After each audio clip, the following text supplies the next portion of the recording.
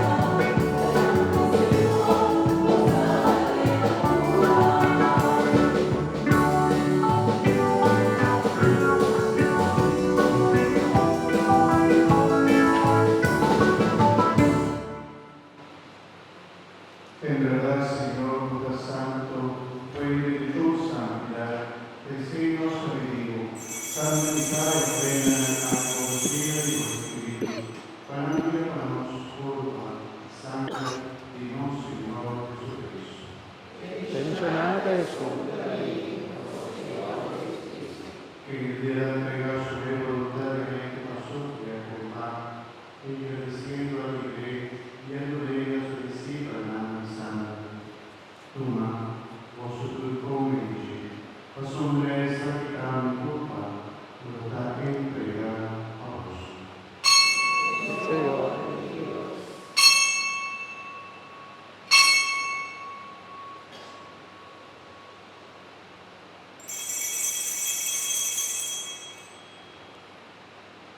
De mesma maneira, descobrisei na era do Maicaris, pela orbe e agradecido e ordenei a sua discípula, hermana santa.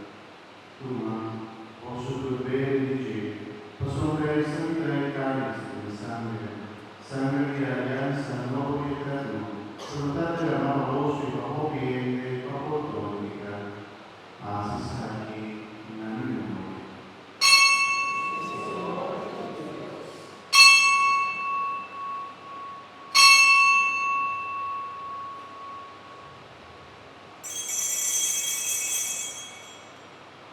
La